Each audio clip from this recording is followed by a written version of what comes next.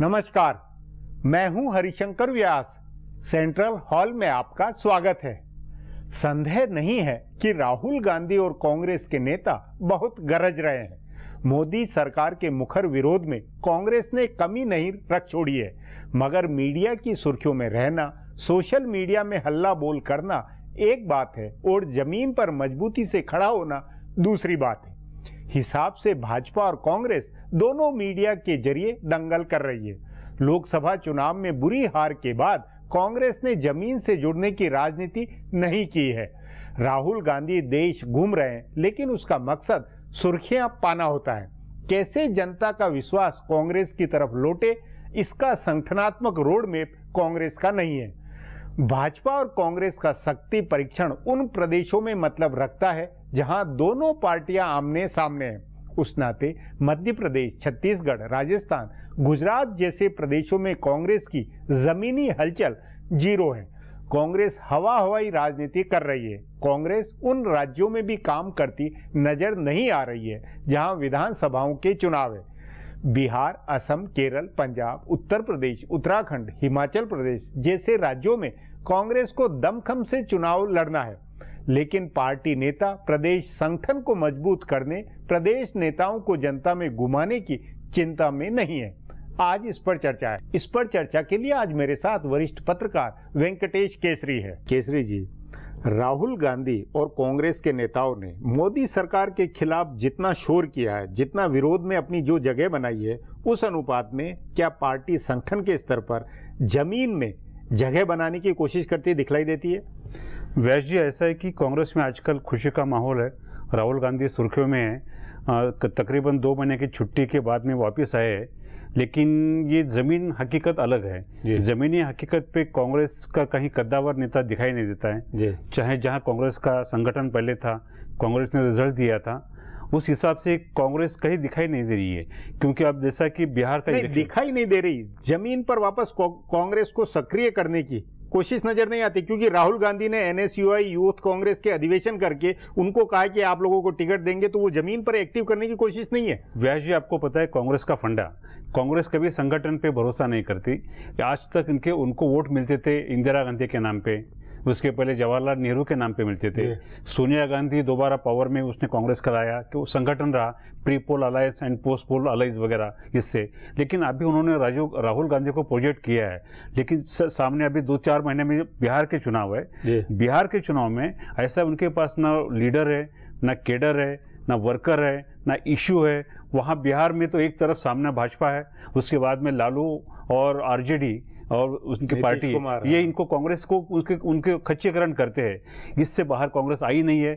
बिहार तो उनके political map में कभी आता ही नहीं है। सिर्फ चुनाव के समय कुछ रैलियां लेती है, बात करते हैं। तो कांग्रेस ना बिहार में है, ना कांग्रेस पंजाब में। देखिए आप, झगड़े हो रहे हैं। पंजाब में 2017 के चुनाव है, पंजाब में झगड़े हो रहे हैं 2 बड़े लीडर के अंदर, कांग्रेस उसको सॉल्व नहीं कर पाई। वेस्ट बंगाल में कांग्रेस नंबर 3 पे है, नंबर 2 पे अभी तक तय कर नहीं पाई। वो भी 2017 में चुनाव है।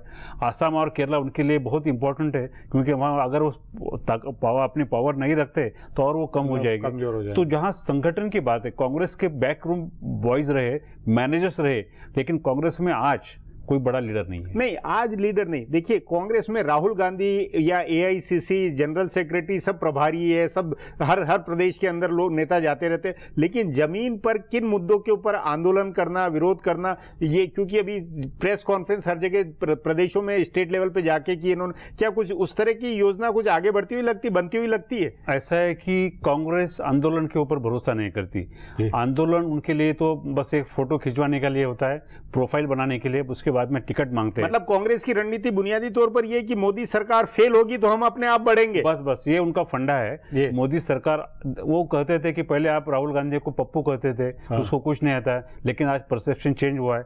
ऐसा ही परसेप्शन चेंज हो जाएगा।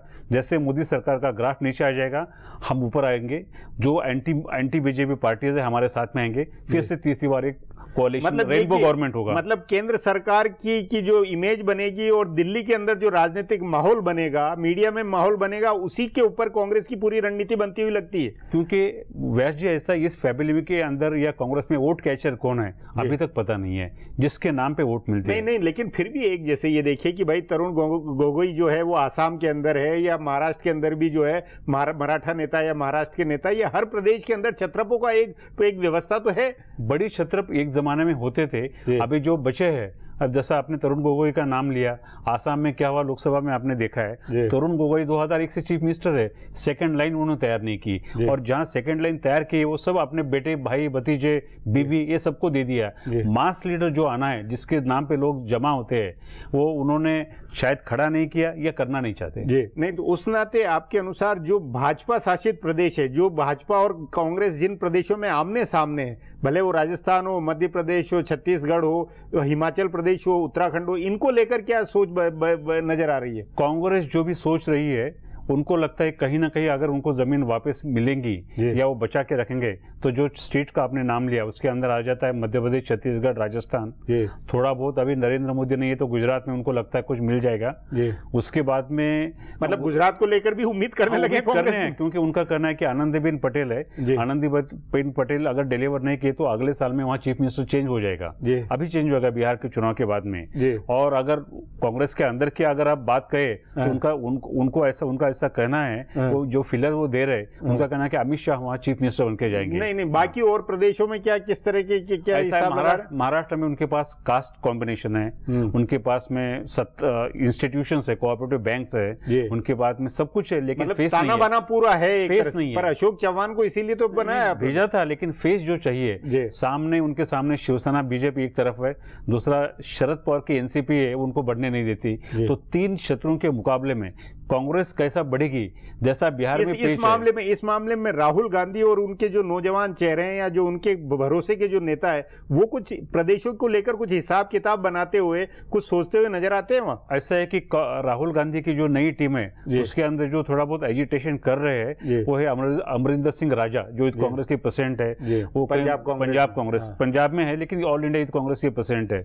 लेकिन सड़क पे उतरने की बात नहीं है, थोड़ा उतरते हैं और उसका बहुत बड़ा प्रोपेगेंडा करते हैं। जो एक एजिटेशन में जो एक लगन, जो एक फाइटिंग स्पिरिट होता है, आपका वर्कर वहां खड़ा होना चाहिए, कांग्रेस उसके ऊपर मुझे लगता है भरोसा नहीं करती। जी नहीं, आपके अनुसार कांग्रेस में ये जो प्रदेशों के अंदर अध्यक्ष बनने, क्योंकि अध्यक्ष लगभग सब बदल गए, वो उन अध्यक्षों से पहले ये बनाया था कि भाई रिपोर्ट लेना हर सप्ताह, हर महीने की एक पूरा सिस्टम बहुत ही आधुनिक मैनेजमेंट के अंदाज में बना था। वो बन रहा है, नहीं बन रहा, वो चल रहा है, उसमें अमल हो रहा, नहीं हो रहा। रिपोर्ट लेते हैं, अमल हो रहा है उसमें, नहीं, वो रिपोर्ट लेते हैं, वो ऑब्जर्वर भेजते हैं। लेकिन व्यास जी, आप इतने साल से राजनीति देख रहे हैं, कोई भी पार्टी का जो उसके जो सेंस होता है, उनको जो समझ है, वो कहाँ पता चलती है? कैंडिडेट सिलेक्शन ऑफ कैंडिडेट्स में आप कैंडिडेट कैसा तय करते हैं और चुनावी रणनीति क्या होती है, इसके अंदर तो कांग्रेस मार खा रही है। जी, तो मतलब वो जो सत्ता में रहते हुए राहुल गांधी ने जो सिस्टम बनाया था, उस पर अब कोई अमल खास नहीं है। वो कंपनी मैनेजमेंट है, ऐसा। हाँ, पर वो कंपनी मैनेजमेंट भी अब नहीं चल रहा। नहीं, वो तो चलते रहता है, क्योंकि मतलब रिपोर्ट आती रहती है, स्टेट से सब रिपोर्ट बनते हैं, रिपोर्ट बनाए जाते हैं, एक्शन ली जाती है,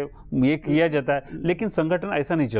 जी केसरी जी, बातचीत को यहीं समाप्त करेंगे। प्रोग्राम में आने के लिए बहुत बहुत धन्यवाद। हमारा प्रोग्राम अब यहीं खत्म होता है।